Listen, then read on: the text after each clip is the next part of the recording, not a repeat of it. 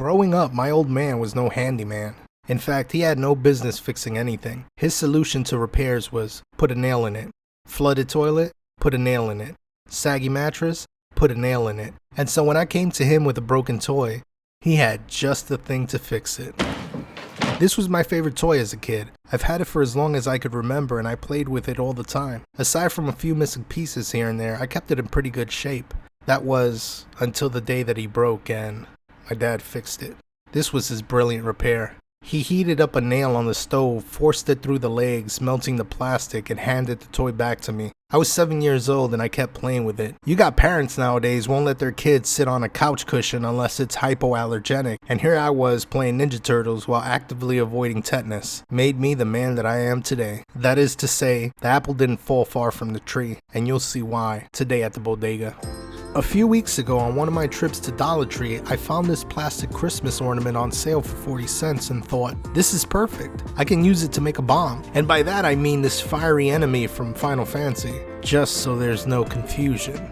Not only did I find one in this size, but I also found a jumbo one that I'll be using to make a bomb that's ready to erupt. I also have this smaller ornament that's made out of a harder plastic, which I've used in the past to make one with. Using the 3 ornaments, I'll be able to display the bombs during various stages of their battle life. Because the crafting process is going to be the same, I'm focusing the video on making the jumbo bomb.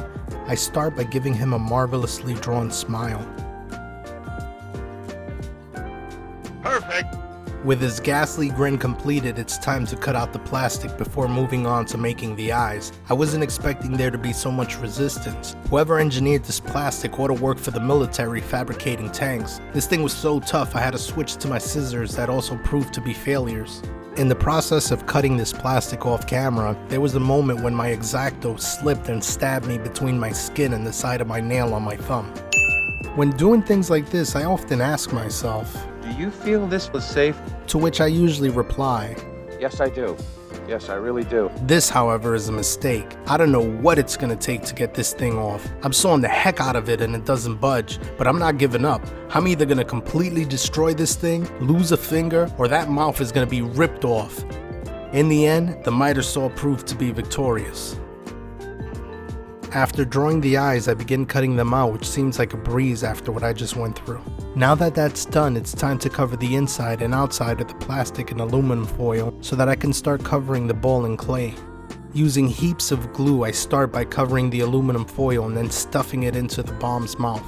I try to get as much coverage as possible. Slowly, I build up the aluminum foil until I have the inside completely covered. It's a meticulous process, but one that helps give shape to the rest of his face.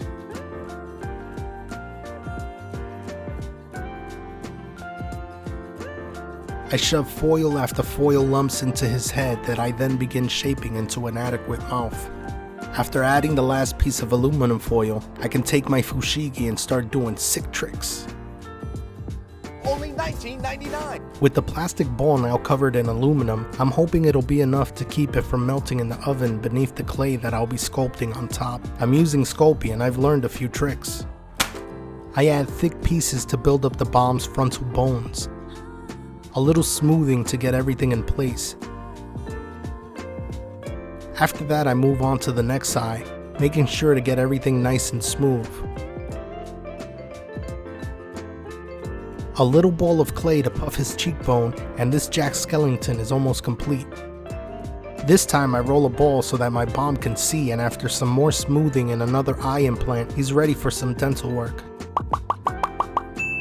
The trick is to get these mini stalactites, or mites depending on your perspective, to smooth into the clay beneath them. Sometimes that involves adding more clay on top or continuing smoothing it down until it holds or your sculpt breaks. It's a well-known fact that bombs are pretty proud of their hair. Having little T-Rex arms means that styling their do is quite the feat.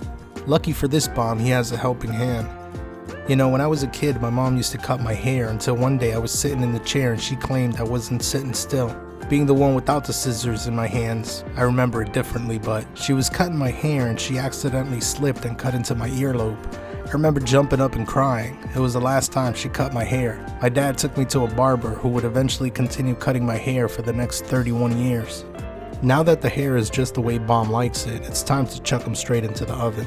So the plastic melted beneath the sculpt. Thank the Lord it didn't release any toxic fumes. I wore my respirator just in case and had the windows wide open. People at home, don't do this. You might ask why I did this, and the answer is simple. Because I'm an idiot. Happy? To avoid rebaking, I'll cover these cracks with some air drying clay. For the arms, I'm going to use this trusty wire that has served me well in the past.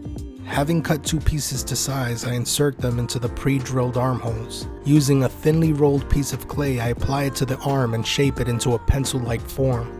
I take 2 small snowman nose-shaped pieces of clay and fashion it into a little hand. I gently smooth it out, being sure to pinch and keep the arm's form. With one arm done, I make a second, being sure to keep a similar aesthetic.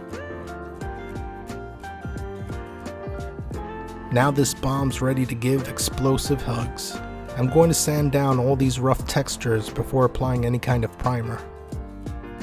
Here we have a look at the other 2 bombs. This smaller one I baked and had the same issues with. I decided to strictly use air dry clay for this guy, but like the jumbo one, he too had major cracking in areas once the clay dried. A bit of sandable primer and high grip paper will have this looking new. After that, all we'll need is a little bit of fire. A good dousing of paint podge sludge and this piece of coal is ready to get some color. I will say I'm gonna take some liberties with coloring the bomb. In OG FF7, he's basically a red ball with orange and yellow highlights like he's part of a late 90s boy band. To avoid that, I give him a nice covering in red and then go over with some orange and yellow, being sure to blend all the colors together. There you go, that's looking pretty fierce and fiery. What I'm gonna do now is take the same mixture of black paint and Mod Podge and fill the crevices in his eye sockets and mouth. This way it won't be a flat mat when it dries. I carefully add the black podge to his mouth, trying hard not to get it on any of his teeth. I can't wait to try that black 3.0 one day. I'm sure it would have made all the bright colors on this guy pop even more. After that, it's time to bust out the makeup palette. I feel like I need a jingle to play every time this thing comes out because then you'll know what time it is. When you see that palette shine, then you know it's highlight time. Fool this man! I don't know, it's a work in progress. I go over all the bright spots with some of the orange eyeshadow to make them pop. Gotta rosy up them cheeks, a little highlight on the lip and he's looking pretty good. I'm happy with the way that the black podge dried and how thick the darkness looks. It really makes everything stand out. All that's left now is a little bit of UV resin to make those fiery eyes shine. I opted not to give bomb pupils because he looks more sinister like this. And with that, it's time to run.